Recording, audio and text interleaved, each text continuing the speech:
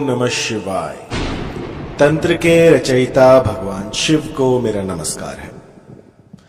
आज मैं आपको बताऊंगा एक ऐसी साधना जो कि आपके बिगड़े हुए काज को संवार सकती है। एक ऐसी साधना जो कि आपके बिछड़े हुए प्यार को आपसे मिला सकती है। इस साधना को दुर्मुखी करालिनी वैताली साधना कहते हैं।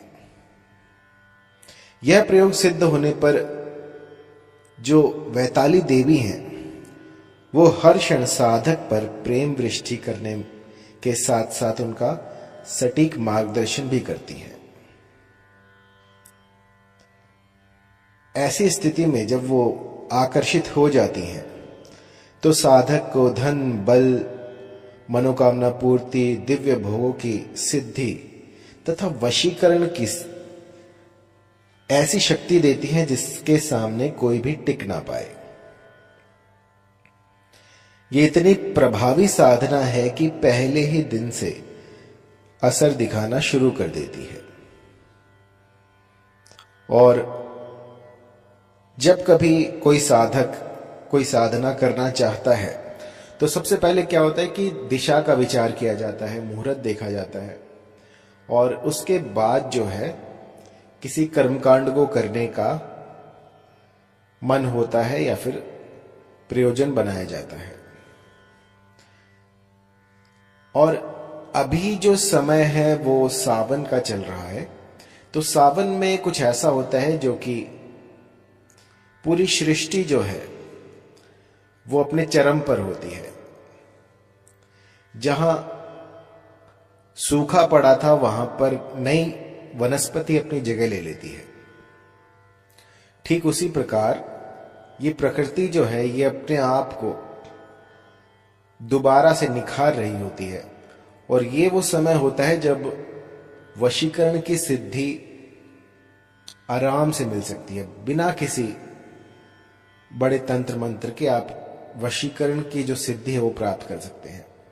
हमारे षट कर्मों में वशीकरण की सिद्धि का समय बरसात का बताया गया है। तो ना सर्दी ना गर्मी, यदि आप सावन में ये प्रयोग करते हैं वशीकरण के तो आपको स्वतः ही सिद्धि मिल जाएगी। क्योंकि जिस प्रकार आप कोई बीज रोपित करते हैं और उसके बाद वो अंकुरित होता है तो उसका एक समय होता है। उस समय के अनुसार ही आपको बीज देखकर लगाना होता है। यदि आप कोई ऐसा बीज लगा दे जो कि सर्दियों का हो और उसको आप बारिश में लगा दे तो वो अंकुरित नहीं होगा। ठीक इसी प्रकार जो षट कर्म है इनके अपने अपने मौसम होते हैं, अपने अपने विधान होते हैं। तो वशीकरण, सम्मोहन और आकर्षण तीनों तंत्र जो हैं, तीनों की विद्याएं जो हैं वो सावन में अपने चरम पर होती हैं। यूं समझिए कि अगर आपको सर्दियों में 50 बार करना होता तो आप इसको सिद्ध कर पाते और बारिश में सिर्फ एक बार करने से काम चल जाएगा। तो ये इतना पावरफुल समय है जिसका आप उपयोग कर सकते हैं। अब कल जो है सावन का पहला सोमवार है, तो उस दिन जो है भोलेनाथ अपने हर भक्त पर कृपा दृष्टि बरसाते हैं। तो आप कल से शुरू कर दीजिएगा और इसमें आपको सफलता अवश्य मिलेगी। तो होता क्या है कि ये जो रसेश्वरी जो देवी है ये एक ऐसी शक्ति है जो साधक की हर मनोकामना को पूर्ण करती है। मैं सिर्फ वशीकरण की बात नहीं कर रहा हूं, आपकी जो भी कामना होगी आपको खिलाएगी, पिलाएगी, आपकी रक्षा करेगी। यूं समझिए कि ये आपको हर तरह से बचा कर रखी, एक प्रोटेक्शन कवर बना देगी आपके बार जिसको कि कोई भी भेद ना पाए। इस साधना को करने से जो साधक है उसमें तेज आ जाता है और इस साधना से मां अपने बच्चे को ऐसे रखती है जैसे कोई अगर उसे छू ले तो भी वो क्रोधित हो जाए। तो इसको करना कैसे है? आपको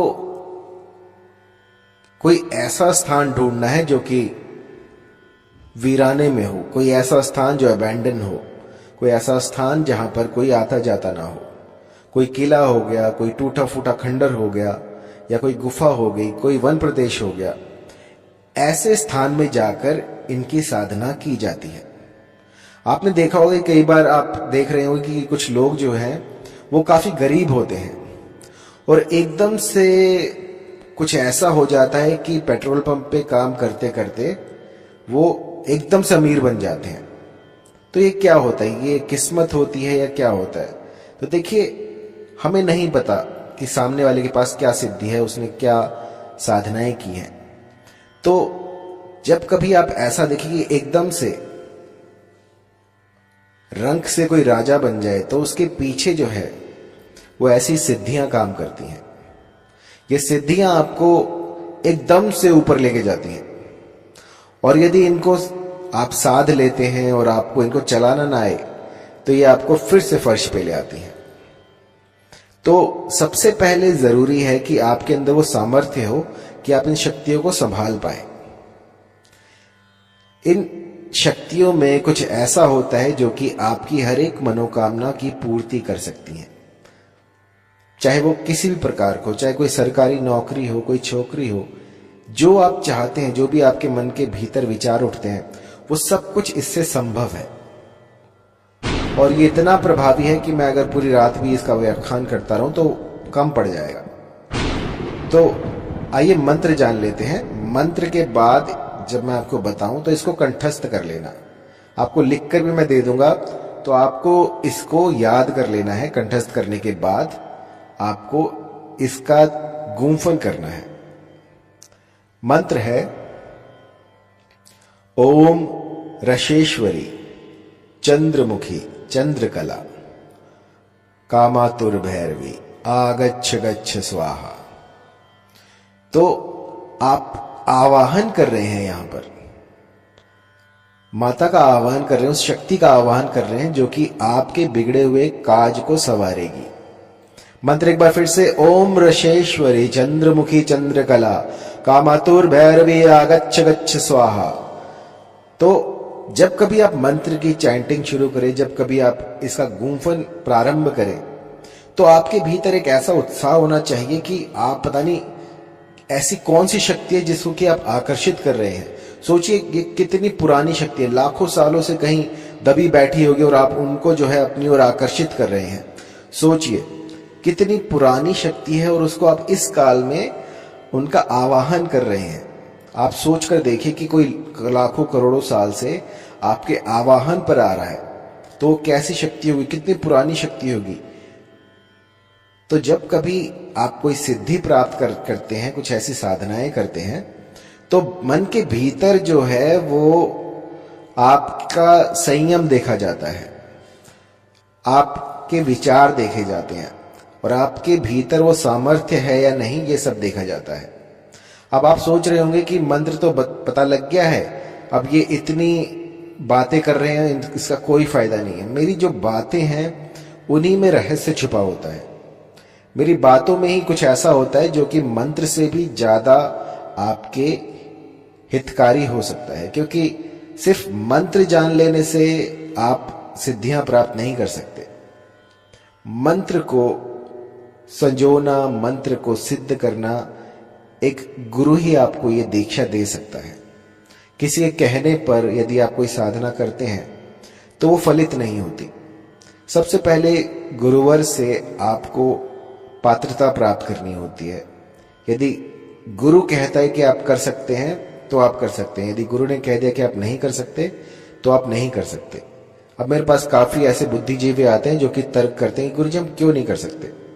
मैं आपको बताऊं तो मेरे पास जितने भी साधक सीखने के लिए आते हैं वो अपने आप में साधक बन के आते हैं, तो मैं उन्हें मना कर देता हूं, और फिर उसके बाद जब वो तर्क करते हैं तो फिर उनकी सार्थकता पर मुझे संदेह होता है।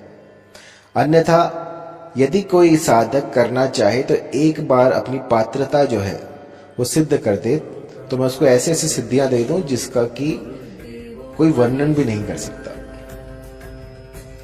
बहुत देख कर, समझ कर, सोच कर सिद्धियां जो है किसी को दी जाती हैं। सिर्फ मंत्र जान लेने से सिद्धियां प्राप्त नहीं होती हैं। इसके लिए आपको तलवार की धार पर चलना होता है। आपके विचारों तक को आपको कंट्रोल में करना होता है, उसको बांध कर रखना होता है। सबसे पहले जो है आपका आहार क्या है। यदि आप अपने आहार पर ही संयम नहीं रख सकते, कंट्रोल नहीं रख सकते, तो आप कोई साधना नहीं कर सकते। यदि आप व्रत नहीं कर सकते, भूखे नहीं रह सकते, हठ नहीं दिखा सकते, तो ये साधनाएं जो हैं ये काम नहीं करेंगी। यदि आपको ऐसा लगता है कि आप कर सकते हैं, तो आपको मंत्र मैंने बता दिया है। ओम रशेश्वरी चंद्रमुखी चंद्रकला कामातुर भैरवी आगच्छ गच्छ स्वाहा। तो इनका आवाहन कीजिए। लाल वस्त्र पहनकर आपको इनका आवाहन करना है। दिशा रहेगी पूर्व की ओर मुख करके आपको इनका आवाहन करना है।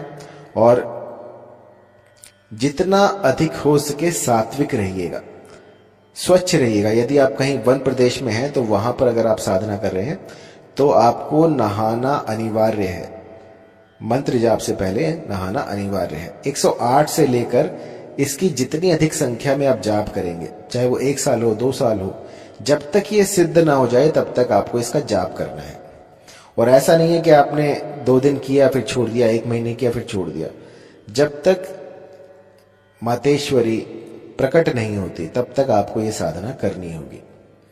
और एक बार ये शक्ति आपके समीप आ गई तो समझिए आपकी 7 पीढ़ियां जो हैं वो तर जाएंगी। अधिक जानकारी के लिए आप कॉल